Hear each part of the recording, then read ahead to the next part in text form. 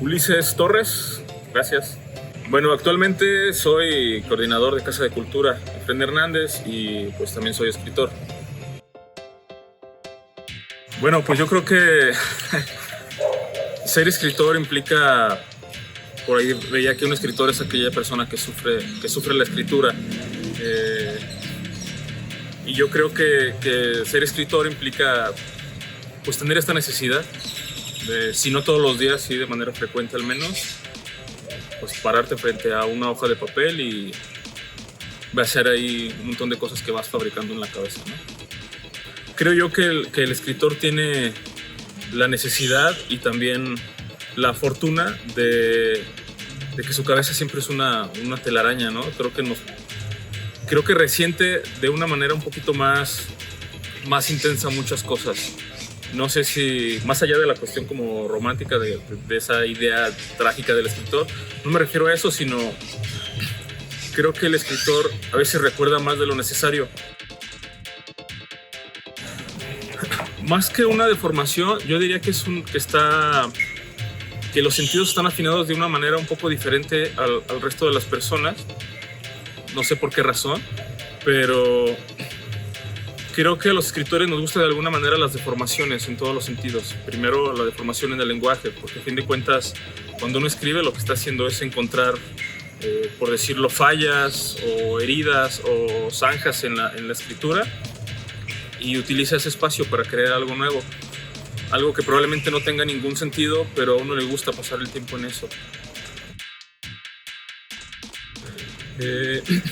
Un poco, y yo creo que sí, porque puede que de ahí venga esta cuestión de que se cree que los escritores solo escriben con los sentidos alterados, que a veces por cuestiones naturales o a veces por cuestiones sintéticas, por cuestiones que ya uno va creando, abuso de X cosa, abuso de sustancias, abuso de ego, abuso de tiempo libre, abuso de insomnio, abuso de muchas cosas, pero todo eso lo vas enfocando de alguna manera hacia lo que a ti mismo te gusta, hacia tu propia idea de lo que es la escritura, ¿no? Sí, a fin de cuentas creo que el escritor siempre es un gran abusador de algo, es un amante de algún tipo de exceso, siempre. No de algo en particular, porque todos somos distintos, pero creo que a todos nos gusta algún tipo de exceso, todos tenemos vicios obviamente, pero creo que el escritor de alguna manera tiene la facilidad de irlo dirigiendo hacia algo que probablemente no signifique nada para nadie, pero a uno le permite seguir en su propio vicio, ¿no? Es como un descanso. Sí, exceso de Coca-Cola, exceso de comida también, exceso de alcohol, exceso de tabaco, exceso de droga, exceso de compañía o de soledad. A fin de cuentas creo que es algo que todos vamos necesitando de alguna manera, pero creo que la escritura nos ayuda como a filtrar ese tipo de excesos, a ponerle como pausas, a generar como ciertos ritmos. Sí, puede ser. No he pensado como esta cuestión que ahora se vende mucho en que la escritura te va a ayudar a sanar o que el arte es sanador, porque entonces ya le estás encontrando un fin y entonces deja de tener el sentido que debería tener todo arte, ¿no?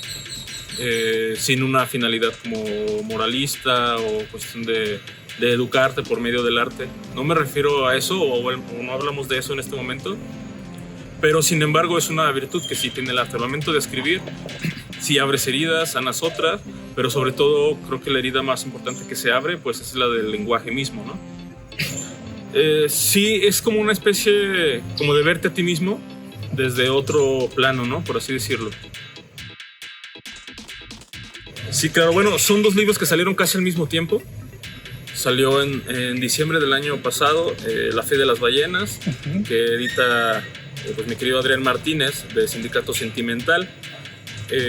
Fue un proceso bastante rápido, algo muy afortunado y creo que no tan común en la escritura, que normalmente los procesos pues, pueden ser un poco largos. La fe de las ballenas va sobre una cuestión que a mí me interesa mucho, que es justo sobre el lenguaje, sobre los alcances y los límites del lenguaje. ¿Por qué? Porque en algún momento yo veía un documental que decía que las ballenas emiten sonidos en cierta frecuencia para comunicarse entre ellas, pero si por alguna cuestión física una ballena no pudiera emitir sonidos en esa frecuencia, el resto no la escucharía. Entonces podrían pasar unas muy cerca de las otras y no se verían, no tendrían comunicación, y pues simplemente estaba condenada como a morir en solitario, ¿no? Y me llamó la atención esta cuestión porque creo que nos pasa mucho a nosotros también. Estamos cerca de personas, podemos, o sea, inclusive en nuestra misma familia, en la misma casa, pero pareciera que hablamos lenguajes diferentes. Entonces el lenguaje tiene un cierto límite y eso me sirvió para ir creando pues el poemario completo. Eso en cuanto a la fe de las ballenas, que pues ya está a la venta ahí en Libranda con Adrián Martínez. Y también está Crónicas del fracaso de la cacería, que salió un par de semanas después. Esa salió con Ediciones La Rana y es resultado del seminario para letras guanajuatenses. Este libro se escribió un poco antes, en el 2019, sin embargo, pues ya sabes, se atravesó la pandemia, fueron 2 años prácticamente que se paró todo, ¿no? Entonces todos estos procesos fueron un poco tardados y el libro salió un poco después de La fe de las ballenas, sin embargo fue mi primer libro. Sí, es un poquito como el último disco de los Beatles, que no es el último que se hizo, sino el último que salió a la venta. Este de Crónicas del fracaso de la cacería surge después de haber estado leyendo a Charles Simic en un poema que se llama Corte de cabello. Él sale de casa, creo que quiere ir a la iglesia, y al final del día termina apostando en el galgódromo.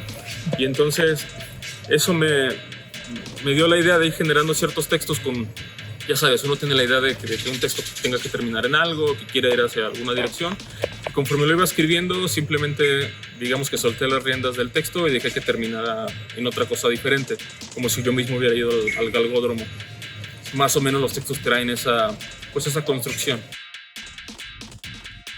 Yo creo que más que parientes, desde mi punto de vista, en la escritura actual, a veces ya no son tan claros los límites entre un género y otro.